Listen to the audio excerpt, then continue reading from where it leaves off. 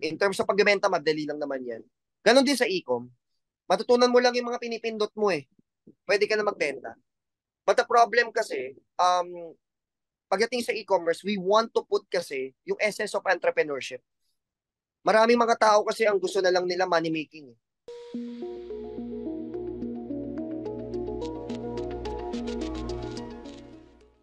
So, we started with retail and doon nakapasok ako sa community in Philippines. So, may mga nag-build na ng groups, may mga nagtuturo na, but the problem is, hindi pa siya ganun ka malaki na. Basta sabi ko malaki na kasi marami na rin namang nag-try mag-e-commerce, pero hindi pa siya ganun ka-stable sa Philippines.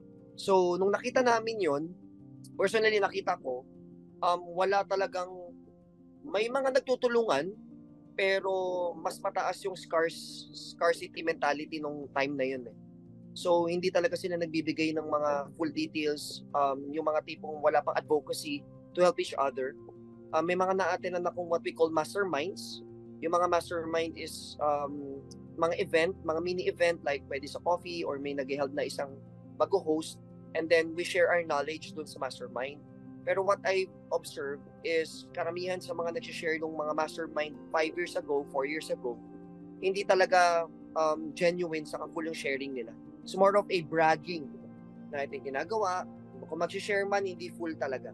So, sabi ko bakit ganito? Why not na mag-establish tayo ng isang training platform that not only focuses on sales and marketing, but focuses on building an enterprise. Kasi for me, in the business world, I'm in the business for siguro magdadalawang dekada na. I started when I was 17 years old, doon ako in-expose ng mom ko. Iba yung nagbebenta lang sa negosyante. So you can learn the skill of selling, you can learn the skill of marketing, pero in putting up a business for it to be sustainable, stable, saka may profit siya na hindi nawawala. So kailangan talaga magkaroon ng entrepreneur mindset talaga yung mga startups. Majority ng mga nag-i-com kumikita, pero hindi naman ganun tumatagal din yung income nila and they jump to different industry. Kasi we went to Vietnam, based sa observation and case study namin, Philippines is behind by 5 to 6 years in terms of technology, community, and mindset sa e-commerce Vietnam. Majority of our tools na ginagamit dito in automation, around 80% is Vietnam software talaga yung ginagamit namin. And then doon namin nakita na, supported pala to by government. Ang solid pala ng community nila. Lahat sila nagtutulungan.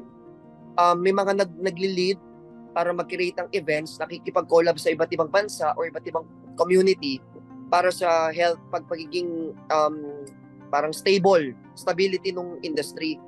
So sabi namin, why not gawin din natin ito sa Pilipinas? We create a community where it is solid, walang damutan, and may mag-check kung sino ba yung nangi-scam, paano ba ma-check to, may power tayo na makipag-usap sa government, may power tayo na hindi lang tayo basta lalaruin ng mga careers or logistics. So that's our advocacy to create a solid community in e-commerce. We have an application, actually that's number one software application na Vietnamese technology na ginagamit namin sa isang platform namin sa e-commerce. In Vietnam, they have 100 million population. Sa Philippines, we have 140 million. Considering may matanda na dyan sa kabata, pero Vietnam naman kasi same demographics.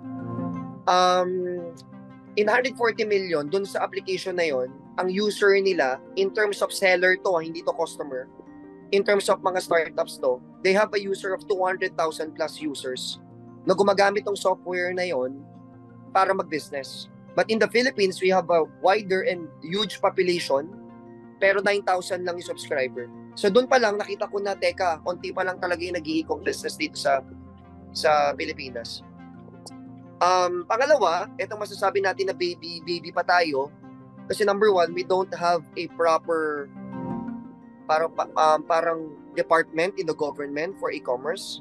Sa Vietnam, aware ng government pagdating sa e-com.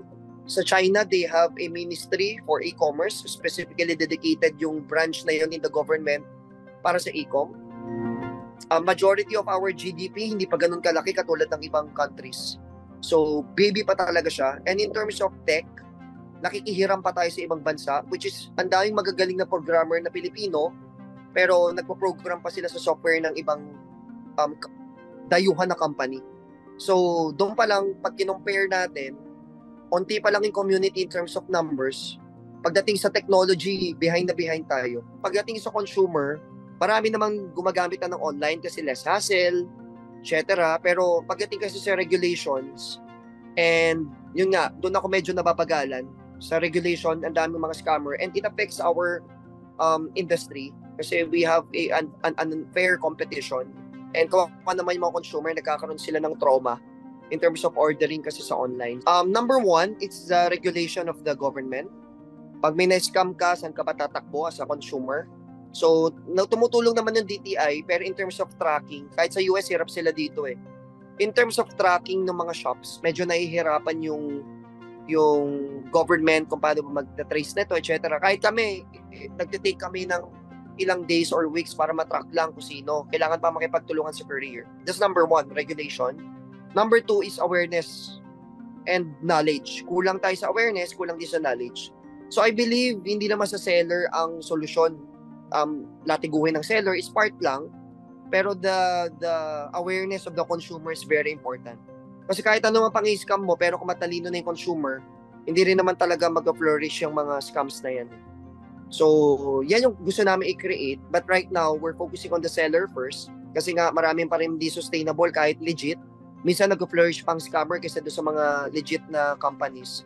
But I believe ang pinaka-root na pwede natin solusyonan dyan is about the consumers. Pag natuto talaga yung consumer, hindi nila ma-accommodate yung mga nangi-scam sa kanila kasi marunong na sila. Unlike sa normal na pagbebenta, kasi I've been a network marketer for 18 years, it took me 3 to 4 years just to study kung paano mag-build ng group. In terms of pagbebenta, madali lang naman yan. Ganon din sa e-com. Matutunan mo lang yung mga pinipindot mo eh. Pwede ka na magbenta. But the problem kasi, pagdating sa e-commerce, we want to put kasi yung essence of entrepreneurship.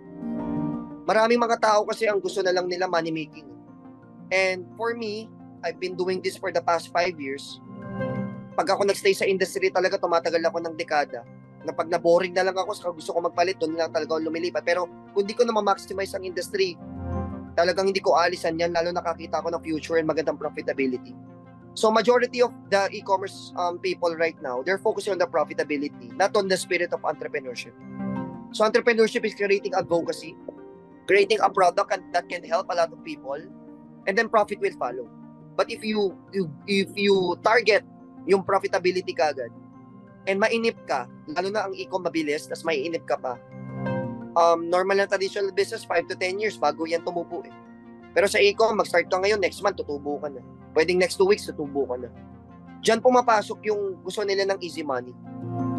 So, what we want, ang tip ko mabibigay is to have an entrepreneurship spirit na you focus on advocacy first. What do you really want? Anong gusto mo maitulong sa community, especially sa product na pinoproduce mo? And then, after that, we talk about the profitability. So that's what we want to create. And number 2, yung stress and burnout sa mga tao. So you need to create a proper system and processes. Plus yung leadership skill mo as an entrepreneur, kailangan na-develop talaga siya. Money is there. Our focus is not focusing on, kikita ka dito ng 1 million, kikita ka dito ng 2 million. Kasi it's there na eh. Whether may tribe o wala, they know na malaki ang pera sa e-com. But what we lack is the heart and the soul na hindi na makita yung e-com na pag e-com mayaman yan, kasi ba dyan scammer.